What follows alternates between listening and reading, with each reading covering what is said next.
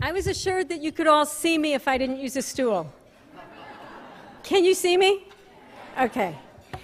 Those of you who are off in the ozone, I really hope that you didn't eat too much. You know, the worst speaking slot is this one. I don't know how I pulled the short straw, but I'm counting on you to carry on with me here. Don't eat your dessert too quickly because all that sugar is just going to put you to sleep. And for those of you who decided that you would stay for lunch, I want to make sure I get this right, because you wanted to hear about new strategies for, hold on, what are we saying? Because I was going to reveal how your arts organization can best respond to the changing times around us, I want to suggest that you leave the room right now or turn off your computer. Because during the course of the last 2 months, I've had 2 or 3 different conversations with Allison about what she'd actually like me to talk about. And I don't think that ever came up.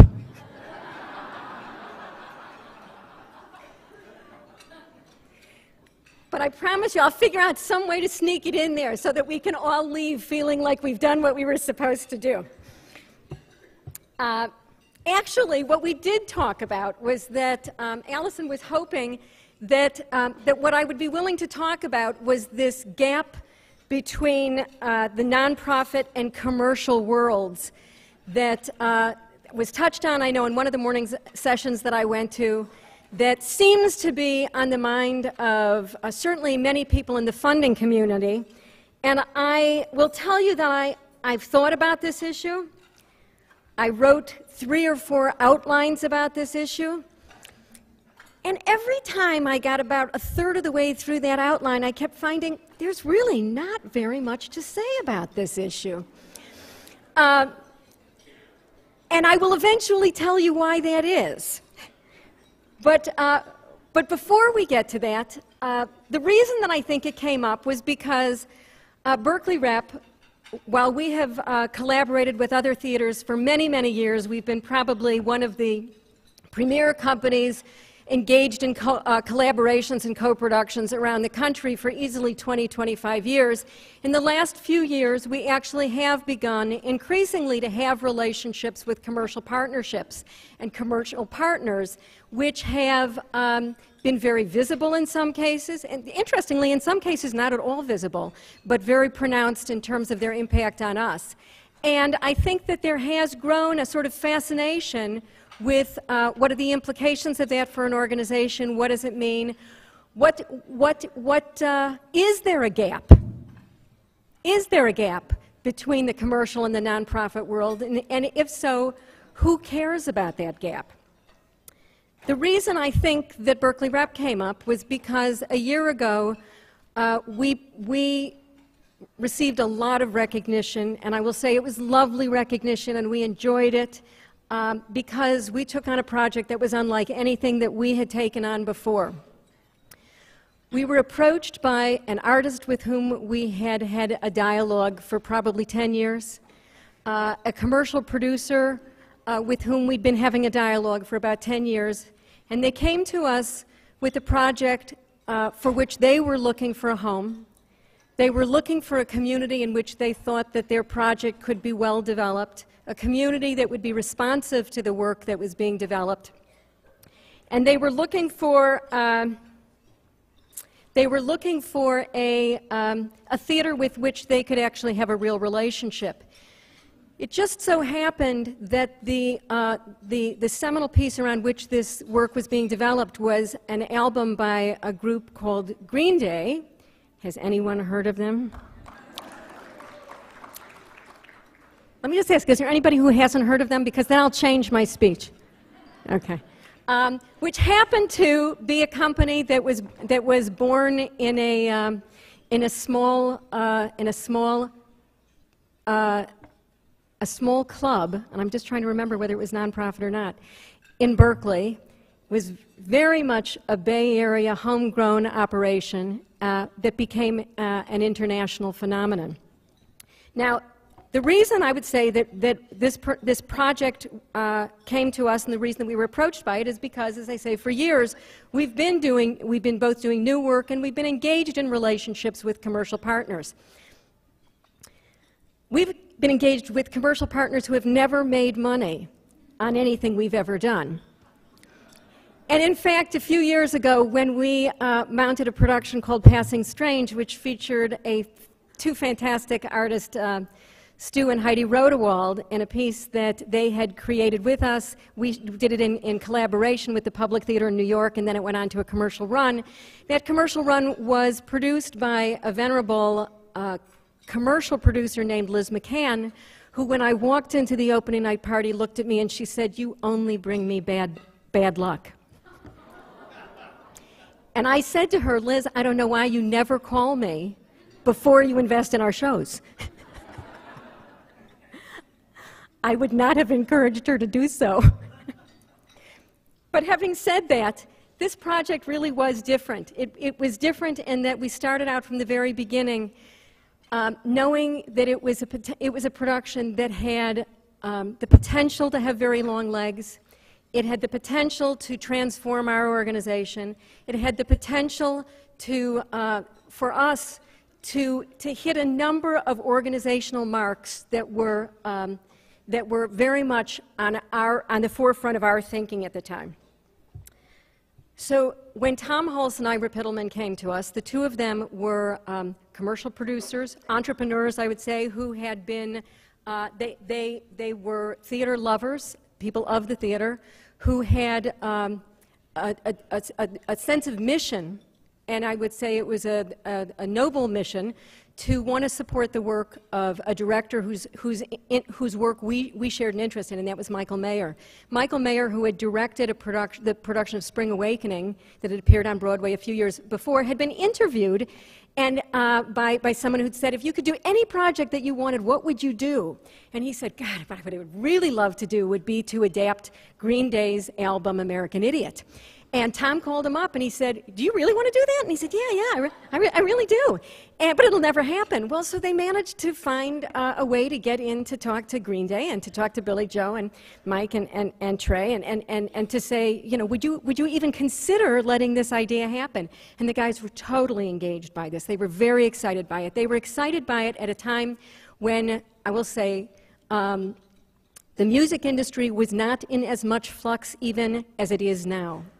They were interested in, I think, as an anomaly, as a novelty, not necessarily as a mechanism for building new audiences.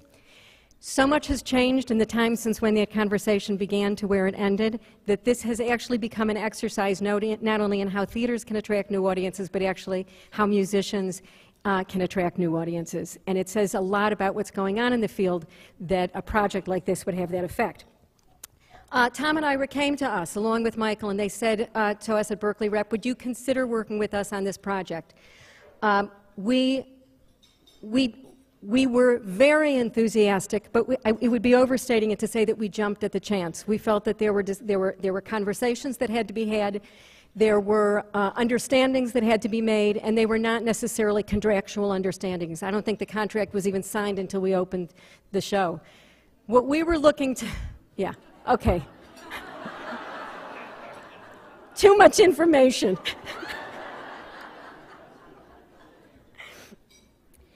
But what we wanted to know was, were these people who shared values with us, were these people who shared a vision for the project, were these people who shared a vocabulary with us, and were these people who would be respectful to us? Did we trust their decision-making, their choice-making? Would they be trustful of ours? As it turned out, the answer was yes to all of those things, which was very, very nice. And what came out of this was a project that really, I would have to say, I do think has transformed our organization. And I would have to say, absolutely for the better. We took on a production that was larger than anything we have ever taken on before. And just for those of you who never saw it, who don't know it, who still could buy tickets to see it in New York, this American Idiot was a theme album created by Green Day, who up until that point had certainly represented maybe the disaffected of their generation in in their music, but who were looking for a way to speak politically, to speak about social issues in an album that, while it was thematic, I think it would be a stretch to say that it actually had a through line. Michael Mayer saw the potential of this piece, and he actually found a way to build 3 stories of a generation out of the songs in that album. In the course of the making of that album, the band began another album and allowed him to integrate the songs from the new album into that piece. And in the course of this production, their understanding of theatricality and storytelling really evolved. And there was a point at which Michael desperately needed a love song, and Billy Joe actually said to him, "There's a song that I've never been willing to let it be performed. It was a song I wrote for my wife when we were courting, and if you would like it, I would let you use it." And so ultimately this piece has music that, that people knew well, music that they'd never heard before, and in some cases music that was never intended to be heard by other people. And what we created out of it was a piece that we were terribly proud of, that is highly theatrical, but it also crosses all sorts of discipline boundaries. I would say it is not exactly, it's not a musical in the traditional sense of a chorus musical. The choreography is not what anyone thinks of when you think about traditional musical choreography. The music is certainly not what people tend to think of when they think about a traditional musical, and the visual world of this piece engaged with a level of multimedia and new technologies that was unlike what I think we generally see in our stages. The result of it, I would like to think, was a highly theatrical evening that, as it turned out, was attended here by about 40,000 people. We had about we think that although we weren't able to track it with absolute accuracy, at least 13,000 of those people were under the age of 30. Many of them had never been to the theater before, and while they won't all come back, we know that some of them are, and more of them will continue to. This was a good project for us for so many reasons, and I would say, just as a manager, the thing that I'm always looking for when we take on a project is, will we learn something from it? And this went beyond my wildest imaginings. I would have to say that there was not a single department in our organization that was not challenged in some cases, brutal ways.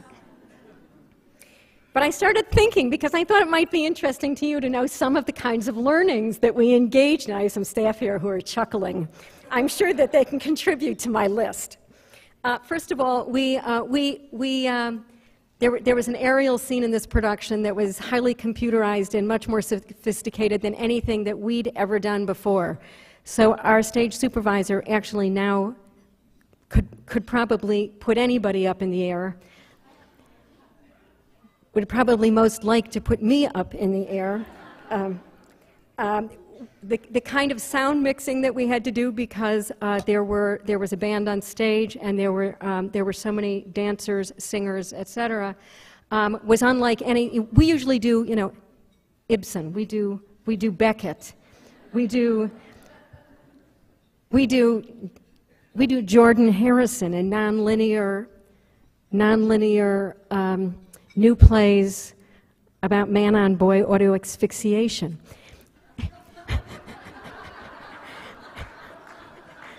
We don't do musicals very often. TMI. Oh, can you cut that? Cut that. Pull it. Pull it. I forgot there was an audience. Our box office learned how to detect scalpers and how to defeat them.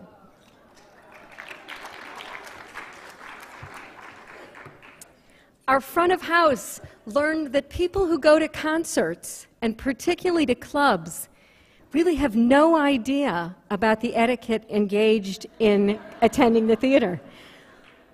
One of my favorite evenings at the theater was a night that a young woman and her boyfriend showed up. It was a bad night for many reasons, which was why I happened to be there. But they showed up about half an hour late for a 90-minute show. It was his birthday present.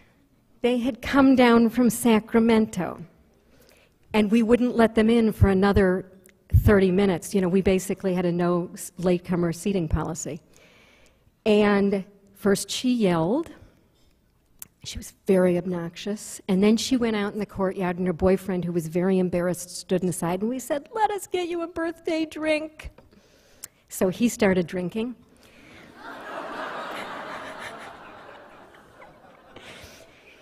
She came in, we gave her a drink too. We offered them tickets for the next night if they wanted to come back down, all of which happened. They stood in the courtyard and they drank for a little while longer, and she came back in, and I give her so much credit for this. She came in and she said, "You know, I've never been to a play before.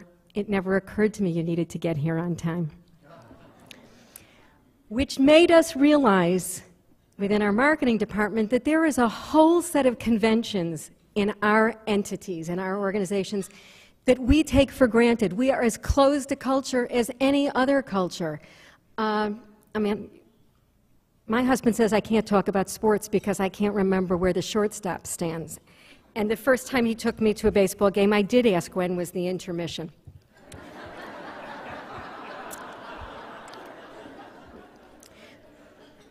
But we have conventions just like anyone else, and one of the great, wonderful moments for me was when we found online that somebody had decided they were going to help our young audience members out. She had gotten off BART with her video camera, or her friend's video camera. She walked them down the block to the theater. She showed them where the box office was, and she showed them how to buy tickets. She showed them what happens when you go into the theater and where the bathrooms are.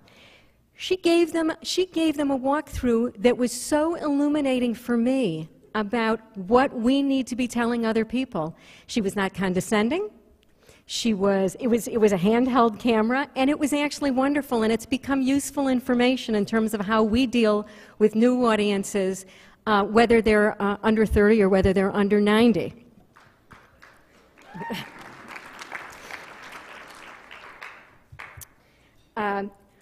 One of the pleasures of this project was that we did have access to the band's support for everything that we did. And the band is way ahead of all of us in terms of how they use a fan base.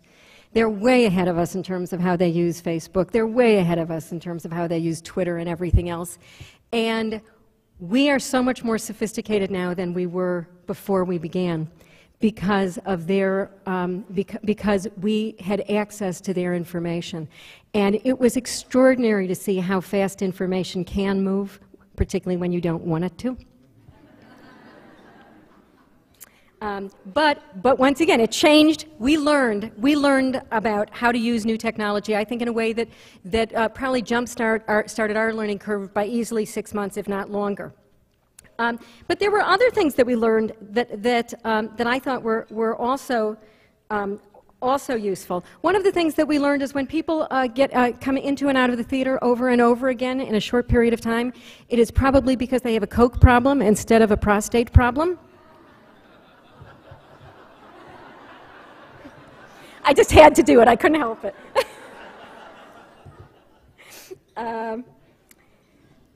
We learned, and this was something that we learned from our commercial partners. You know, when you're involved in a commercial production and you have taken a lot of people's money and they are hoping that they're going to get something back for it. Now, I want to qualify this by saying our production of American Idiot was the largest show we've ever done. It did not cost Berkeley Rep any more than any production we ever do. That was because we did receive enhancement funds for it. Those enhancement funds came with no guarantees. There was no guarantee that if the production didn't go any further, that there was no guarantee the production would go any further. And if it did, then that was not our concern. But so we received a lot of money for this production. Thank God, because otherwise we couldn't have mounted it.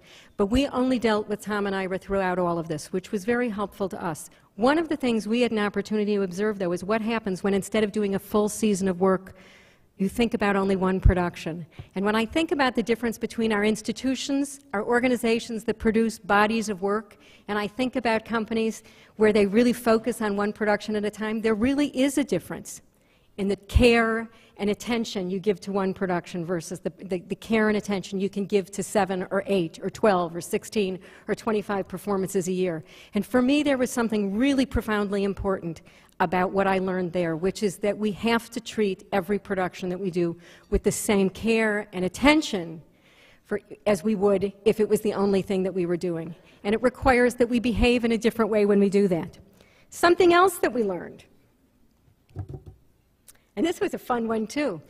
Before every production, we actually have a discussion that always ends up with, we are a warning-free theater, we will not provide warnings, but it always starts with, should we set a minimum age for this production?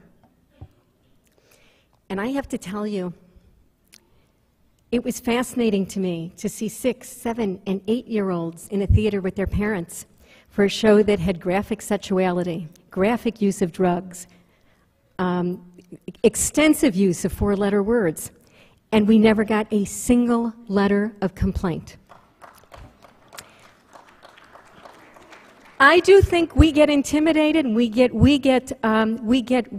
are often more cautious than we should be. And it was a real lesson for me that we don't need to be as cautious as we sometimes are. On the other hand, it was also really clear to me that we need to be able to communicate effectively and clearly about what it is. And we think one of the reasons we never got a letter of complaint was because people actually knew what that music was. They didn't know what we were going to do with it, but there really weren't surprises. One of the other learnings was that we went into conversations at our staff level a few years ago talking about how do we be more interactive, the buzzword of 2008, I think. I think every foundation was asking us how we were going to be participatory.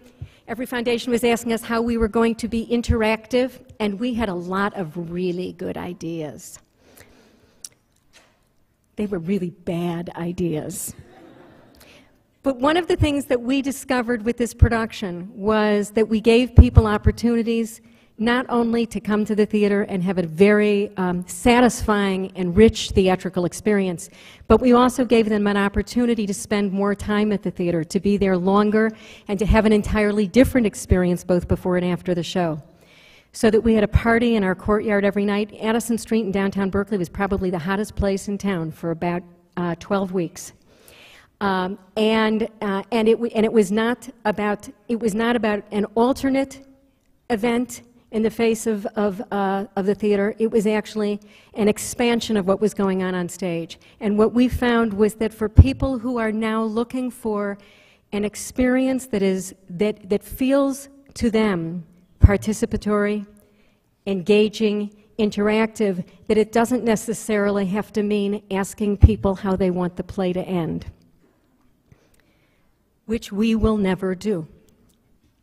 It really has to do with giving them a way to be involved, giving them a way to be active as opposed to necessarily how do I say this? Abdicating our responsibilities as artists. And I'm going to come back to that a little bit. And I promise you I will. So, what did we accomplish by taking on this project? Because I think that while it was wonderfully successful in many ways, there actually were great accomplishments for us about it. First of all, this was just a lucky break for us, and that this was a project, this was a play that spoke so perfectly to issues that we were addressing at the time. This was a play that tested theatrical forms, a musical that tested theatrical forms. This was a piece that dealt with contemporary issues. This was a piece that had a youthful and energetic energy.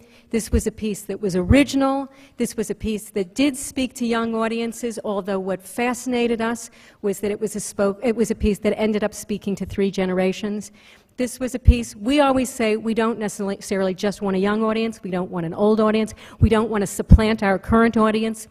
With a young audience, we want a Catholic audience that is interested in everything.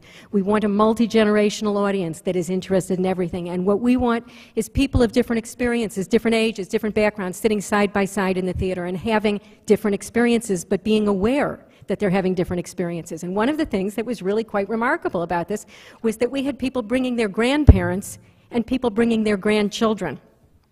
And so this piece served for us as a calling card to new audiences. It served as a calling card to artists who said, this is a company that's interested and willing to work in totally different ways. But it was also a calling card in a whole different way, in that one of the things that we came to grips with a few years ago was we had a board of directors who kept saying to us, you need to be thinking nationally. And we kept going, all that we care about is that we provide good theater in the Bay Area. Our concern is that we take good care of our audience. Our concern is that we do the best work that we possibly can in our own community. And our board of directors said, can you do that if you don't think nationally? And we began to realize that if we were going to attract the best artists in the field, if we were going to attract the most exciting projects in the field, we actually had to think nationally. What we needed to do was to make sure we brought those projects back home. And then if we were lucky, they would go on and have a larger life, and what that would do would be to send the signal even further that we were open for business in whatever way that might mean. And so this was a project that, because it had such an enormous high profile, did in fact send a signal that has, as a result of that, made Tony and my phones ring all the time. We get phone calls all the time now from people who go, if you're willing to do a project like that, would you consider doing a project like this? Well, one of the things that's come out of that has been that we've really had to do some soul searching about our own values. And we have learned an awful lot. And once again, that's one of those things that, while our staff learned a lot of things, one of the things that I think Tony and Tony's my our artistic director, Tony Taccone, and the thing that I would say that probably the most important thing that we learned.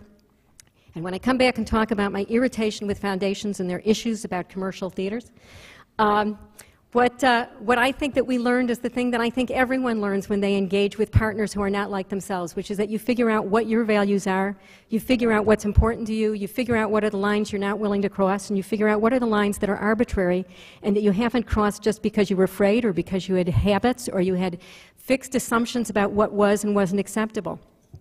And so for us, we found out that what was really important to us is that we work with people who we value, that we work with people whose artistry we respect, we work with people whose values and integrity, or whose sense of integrity and both professional and personal integrity we valued, and we felt we also must continue to work with people who value the contribution that we bring.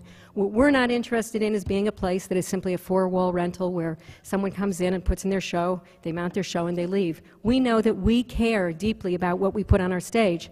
And that was a useful learning for us. So what's interesting is, in retrospect, everybody said, oh man, what a great idea. You really cleaned up on that, didn't you? Beaucoup bucks, right? You must be reeling in money in buckets from this New York production. Well, I am proud to say that we have maintained a grand tradition.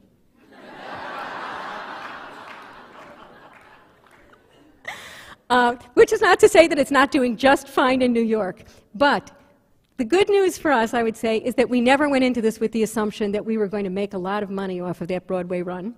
And the reason it was such a good assumption is because we're probably not going to make a lot of money off of that Broadway run. But, as you say, there were so many other reasons to do this. We felt it was compelling, that those reasons were compelling in their own right. Having said that, though, there were so many good reasons to do this. I know that for all of the things that were challenges, that were a struggle for us, that were frustrating, this is something we would do again. Now, I want to go back to why I know I was asked to speak today, which is this issue of that gap between the commercial and the nonprofit in the arts. And it made me think a lot about this production. I found myself wondering, was it commercial because it sold well in Berkeley? Was it a sellout? Did we give in to commercial forces by producing a piece that had capacity to be wildly popular? Did we sell out by working closely with commercial? Did you say yes? Did we sell out by working closely with commercial partners who had access to material access to artists and access to money that we would not otherwise have had? Or were we brilliantly clever? Thank you. To harness the talents of a talented group of musicians and co-opt mercenary commercial investors, to lure unsuspecting cultural neophytes into our nonprofit lair using... You guys are so easy. Using commercial wiles to preserve our core values as a nonprofit. I like that. Did Berkeley reps sell our souls for cheap trinkets?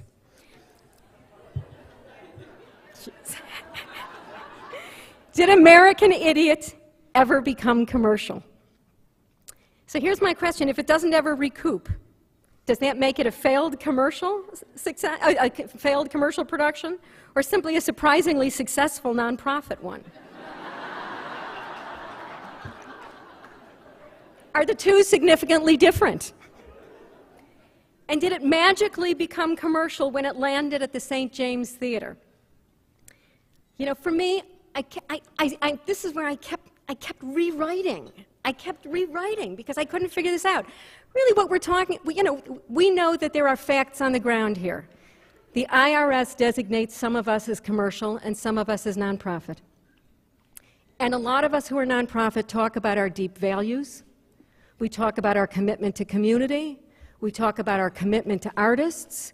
We talk about our commitment to continuum.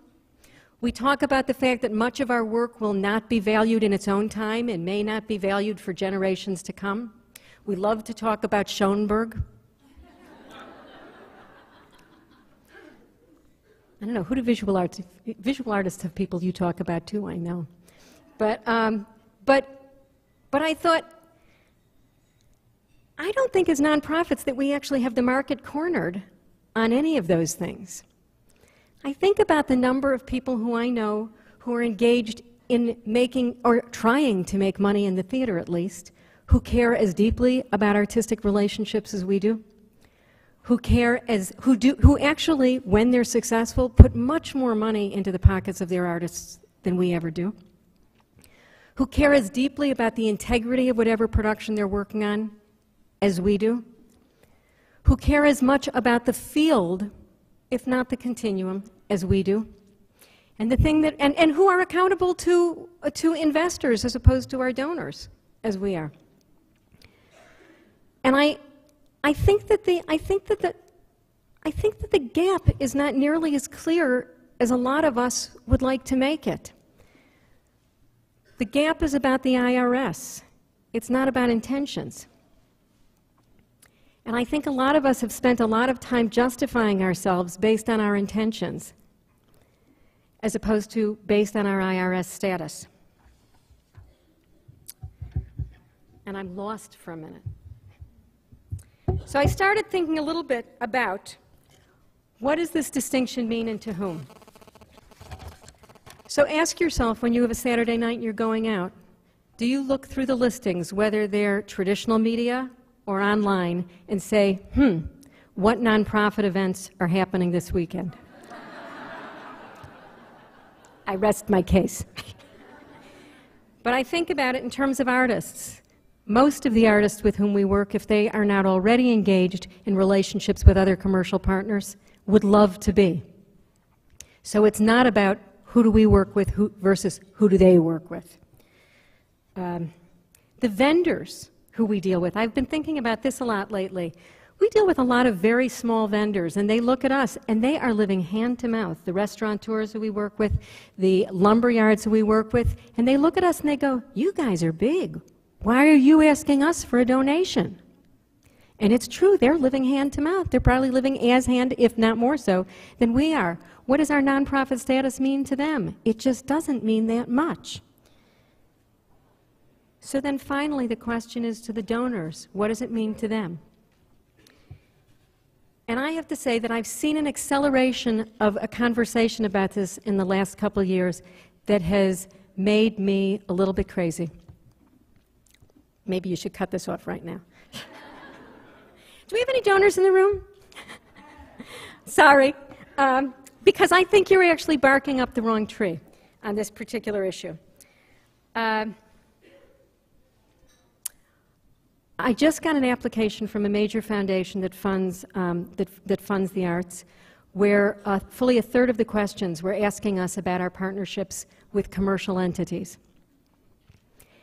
And I was surprised that the conversation had gotten that far.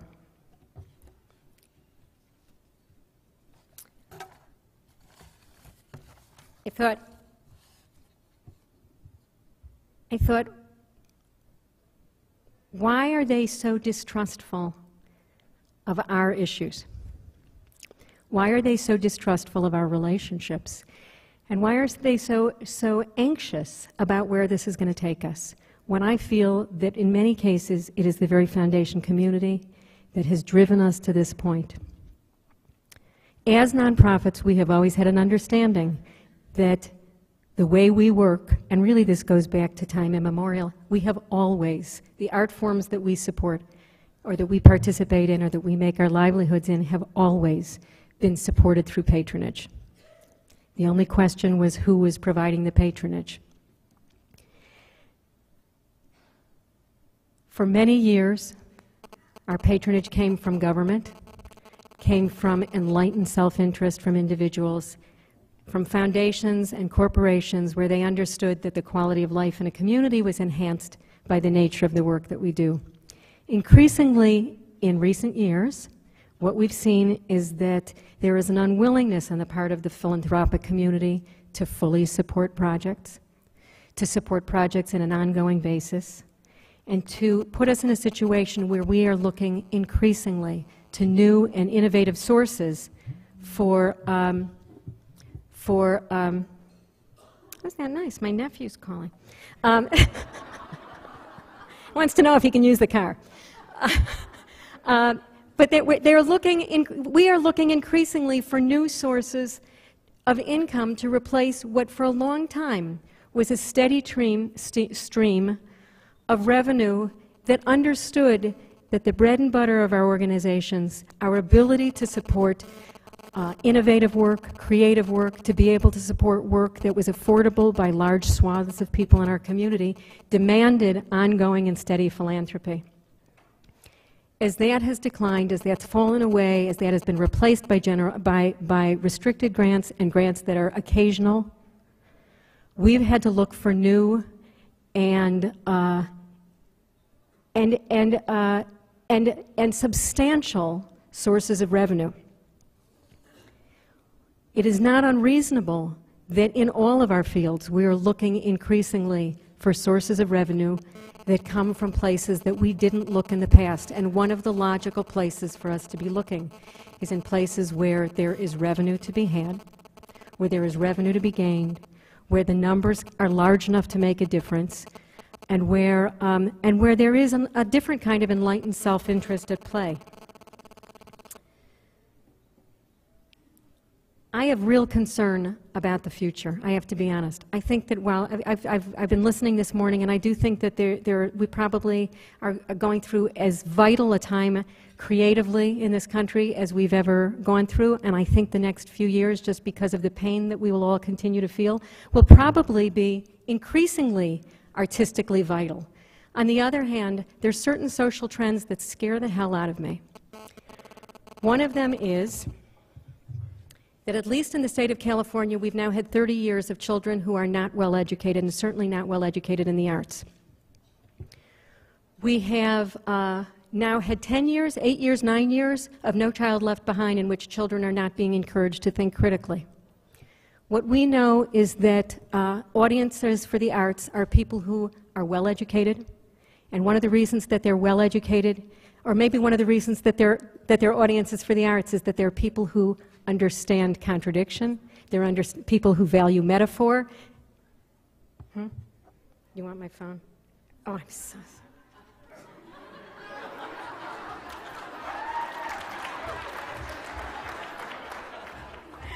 Did he say I'd like to take your life? My phone? It's something my husband's been trying to do for years.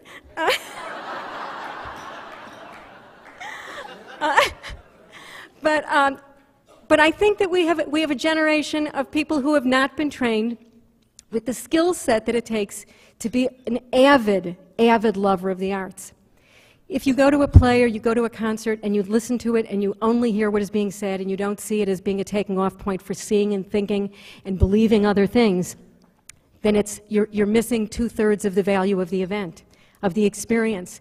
And we, as a society, are creating a generation of people, educating a generation of people who are not being encouraged to think creatively, not to think critically, and I think that does not bode well for us. Once again, in the state of California, one of the things that we've seen is that over the years there has been an enormous, wonderful investment in encouraging young people to think globally, encouraging people to think about the environment and to think about how they can affect that. It is not surprising that those young people are not thinking about philanthropy for the arts. They are thinking about how they can engage in global issues. They are thinking about how they can engage in environmental issues. If we can't do something to turn this around, I think that we have a real problem in another generation. And that concerns me as well. I think that when I listened to the funders panel this morning, they didn't say anything new. They said what they've been saying for a long time, which is important for us to hear. But I think we actually have to hear it, which is that there is an increasing emphasis in the philanthropic community on outcomes and on measurable activity. One of the things that's so difficult, we all know about the arts, is that we don't engage in measurables as a general rule, and our outcomes are often generations away. And as a result of that, when we look at where philanthropic dollars are going to go in the future, we have a challenge ahead of us in terms of how do we protect ourselves as a field. So with all of that said, I think the last thing is that with the kind of cultural heterogeneity that we are enjoying right now, which is a wonderful, wonderful thing, we have had to rethink what constitutes an arts organization that is worthy of support. And that has, as we know, really changed the playing field. Once again, the donors this morning talked about that in a way that I thought was really spot on, which is that assumptions about who would and wouldn't get funded for many, many years have now shifted. And those of us who have just assumed that because we do good and we do it well, we are entitled to philanthropic dollars, have to rethink how we play this game. All of those are reasons why we have to think about what are the relationships between what the nonprofit world and the commercial world. And then I think we have to be willing to stop being quite so pristine. So when we think about how do we, what was the beginning of this? How do we deal with that? How do we be adaptive in a changing environment? How do we respond to these changing times? I tried to think about what I thought were the tools that feel most resonant for me, and I hope that maybe they'll be resonant for you as well. I think every one of them has been illustrated in some way. I would like to think they've all been illustrated in some way by our experience both with American Idiot and with some of the other projects that we've taken on. Some of them may speak to you and others may not. Some of them may be self-evident, for which I'm really sorry. But I am sorry. But you know, personal epiphany is something that's much more fun when shared. So these have been some of my personal epiphanies over the last year, which is when I think about how we as an organization, and maybe by extension we as a field, are going to survive these changing times. I think we have an obligation under the tax code and under each of our own moral codes to fulfill our artistic missions, our long-term goals, our service goals, and our commitments to artists. We have an obligation to seek out income and audiences from wherever we can find them. We have an obligation to be as adaptive and as flexible as we can possibly be in a world in which things are constantly changing and in which the opportunities of tomorrow cannot even be imagined today. We have to step outside of our comfort zones. We have to resist the temptation not to take risks. We have to be bold, be willing to try new things and new relationships. We have to value discomfort rather than stability. if we're going to survive in the future, I would like to posit that we're going to do it by by falling in love with ambiguity, by falling in love with flexibility, and by embracing the notion of change. Having said that, I hope that you'll all go forth, be strong, and be flexible.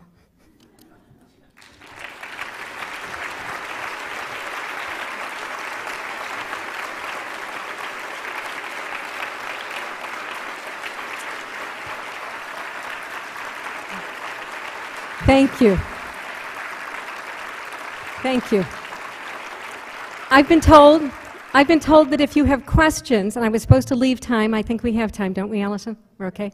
That you should come up. There's a microphone on either side of the stage, and you should feel free to wander up because there aren't rooms within the rest of, there aren't microphones within the rest of the house.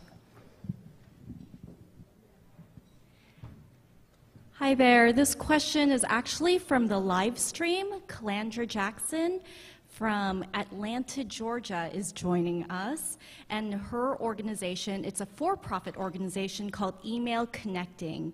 And her question, and Calandra's question for you is, when a for-profit wants to engage in a partnership with a nonprofit, how should they approach them?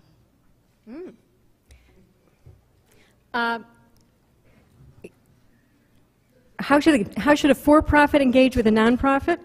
Well, we all have email addresses. You know, here we get a lot of stupid approaches. I'll be really honest. We get really dumb approaches, and I think they clearly did not do their homework. You know, the one great thing about the world we live in is that you can actually do your homework before you contact somebody, and I think, you know, yes, true. And